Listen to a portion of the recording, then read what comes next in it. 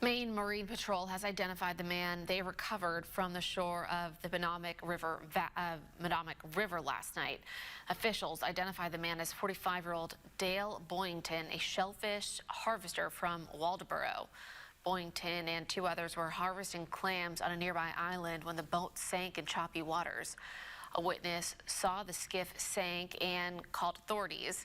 Two of the people were able to make it to shore by the Dutch Neck shoreline. One was treated on scene for hypothermia, and the other was taken to a hospital and later released. A volunteer later found Boynton's body near Hollis Point.